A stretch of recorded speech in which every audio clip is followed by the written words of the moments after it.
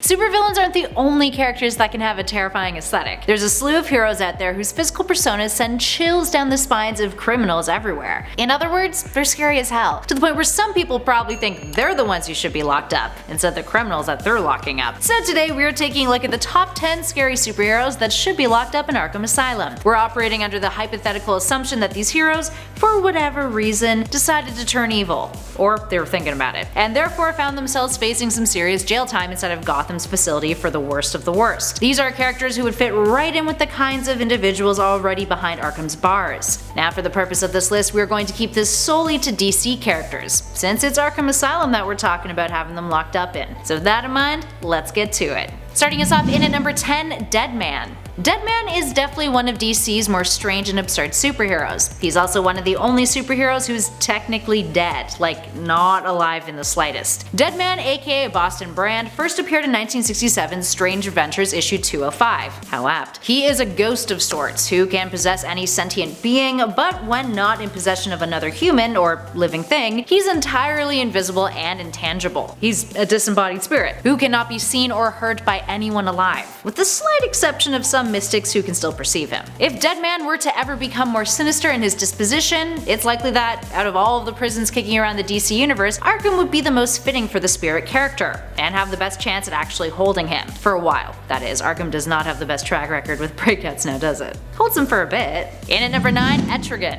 ETRIGAN the Demon is a creation of Jack Kirby's, and he's from hell. First appearing in 1972's The Demon issue 1, ETRIGAN is a character who is technically a good guy despite using a whole lot of violence when fighting against evil. But his alignment is largely thanks to his bond with human Jason Blood. He has teamed up with Batman a bunch of times, having been based in Gotham City for a while, and his abilities range from being immortal, having extrasensory powers, precognition, the projection of hellfire, and being an expert in Maleficium, which is witchcraft used with the intention of harming another. And with skills like that, it would be easy for the GCPD forces or other authoritative forces to presume a character like himself deserves to be locked up in Arkham. And let's be honest, the whole yellow skin and horns thing probably doesn't help his case much. Moving on to number 8, Negative Man. Negative Man, most popular for his role in the Team Doom Patrol, first appeared in 1963 in My Greatest Adventure issue 80. Since he's become one of the most fascinating yet strange characters in the publisher's roster of heroes, which to be fair can be said for most of the members on Doom Patrol.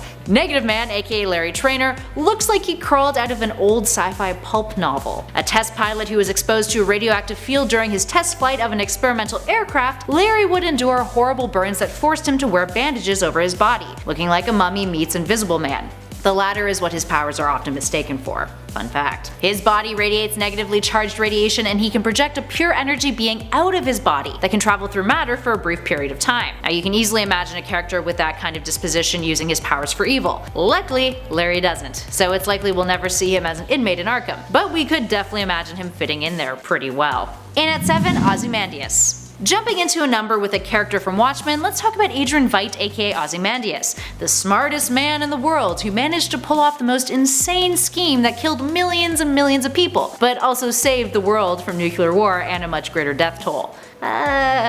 Ozymandias is responsible for the mass genocide at the end of Watchmen, having worked on a plan that would inevitably bring nations together to fight a common foe. In the comics, the giant squid creature presumed from an alien threat, and in the live-action 2009 film, Dr. Manhattan himself. It's a brilliant plan that works, and he's even able to outsmart the almost omnipotent Dr. Manhattan in the process, using science to misdirect Manhattan's clairvoyance abilities. All in all, it is an evil plan for the greater good, but considering he's pulled the wool over almost everyone's eyes, that's the kind of man that some may argue should find himself better suited locked up behind bars, where he can't hurt anyone, even though he managed to save everyone, well, almost everyone, in the process. In at number 6, Brother Power the Geek. At first glance, you'd probably assume that Brother Power the Geek was a villain. This short-lived superhero was crafted by Joe Simon and stuck around for 2 comics in 1968 before he drifted into obscurity. Essentially, this fellow was a mannequin who was brought to life thanks to being struck by lightning. Fun fact, Joe Simon largely based the character's concept on Mary Shelley's Frankenstein. Anywho, this gave the character superhuman strength and speed, and guided by a desire to do what was right, he was positioned as Simon's wandering outcast philosopher. And he would eventually try to run for Congress, but was then shot into space, actually, by then Governor Ronald Reagan.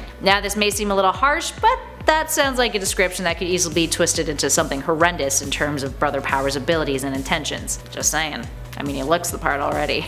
In at number 5, Swamp Thing. Swamp Thing may not have the totally morally gray approach that some of the other heroes on our list possess, but he is a character who physically fits the bill. You bet your butt that if he were to commit a crime, get caught, and then sentenced to a facility, it would most definitely be Arkham that he would end up in. The Asylum's facilities are the most suited for characters who have some sort of metahuman or extreme physiology, which is definitely the case for all of those who have held the Swamp Thing mantle over the years. Now, with the levels of superhuman strength, durability, elasticity, and the ability to connect to the green and manipulate plant life, Swamp Thing would require a specially made containment cell, and that's something that Arkham has provided for other inmates in the past, the likes of Killer Croc, Mr. Freeze, and Clayface to name a few.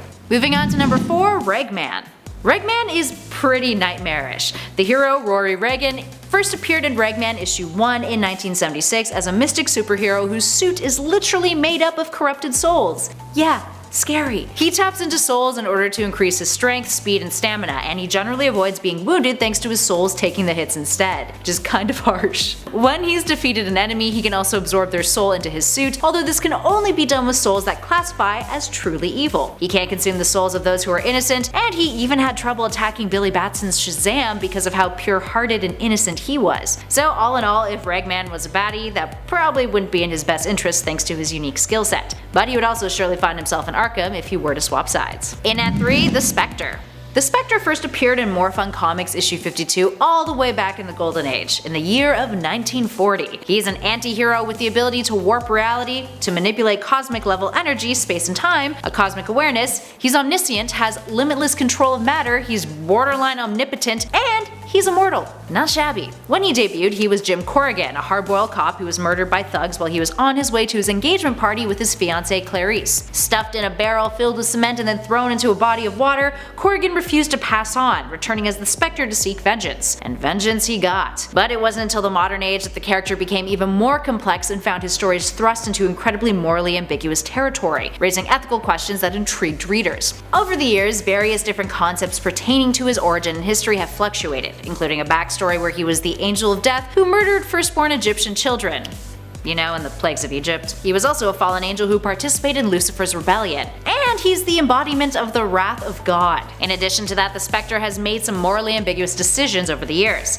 Like that time that he pushed Wally West to mind-wipe the entire world to forget his identity as the Flash, which then led to Wally forgetting that he was the Flash and then a noticeable rise in crime. True story. So what we have here is a hero who could easily be seen as a public threat and find himself in Arkham, although we doubt that he would ever be caught by the authorities if they tried. Up next, number 2, Rorschach. In Watchmen, Rorschach was literally caught by the police, after he was set up by Ozymandias of course, and then shipped off to a prison, where he endured some psychological testing. Now we didn't need a fictional psychiatrist to tell us that Rorschach has a few loose up in that cranium of his. He's also had a shit life filled with trauma, so we'll cut him some slack. Rorschach, aka Walter Kovacs, is the definition of a vigilante who falls into criminal territory, and this is largely thanks to how he sees the world in black and white. There is no ethical gray areas. You're either good or evil, and evil deserves to be eliminated, which, in Kovacs' case, elimination is by any means necessary and often involves extreme uses of violence or straight up homicide. So yeah, dude could definitely find himself in Arkham. If he wasn't dead, not counting Doomsday Clock Rorschach, cause what is that anyway? I'm so sorry to you guys out there who like Doomsday Clock. I'm sure it has its redeeming qualities to you. I'm sure you guys find redeeming qualities in it. It's just, you know, sacred text, up in flames. And finally, in at number 1, Batman. The most obvious choice on this list is perhaps the most fitting hero to belong in Arkham. A man who dresses up like a bat and runs around the city, dishing out his own brand of vigilante justice with only his own moral compass counting him accountable.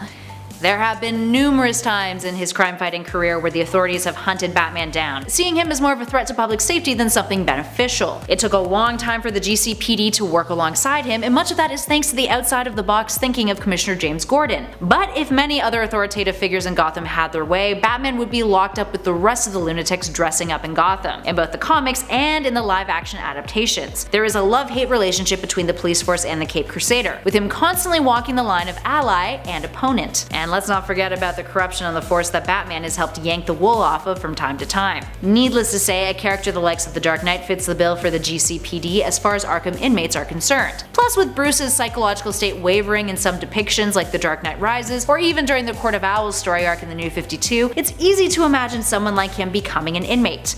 If he wasn't so damn moral and smart, that is. Alright, there we have it, friends. What other superheroes do you think could find their way into Arkham Asylum? Or fit in really well if they were ever arrested and decide to be evil? Give us a shout in those comments below and share your thoughts and feels with us. If you dug this video, spread that love, hit that like button, and be sure to subscribe to Top 10 Nerd for more lists just like this one. In the meantime though, thanks for watching, friends. I'll catch you all in the next video. Swamp Thing. He's a thing from the swamp.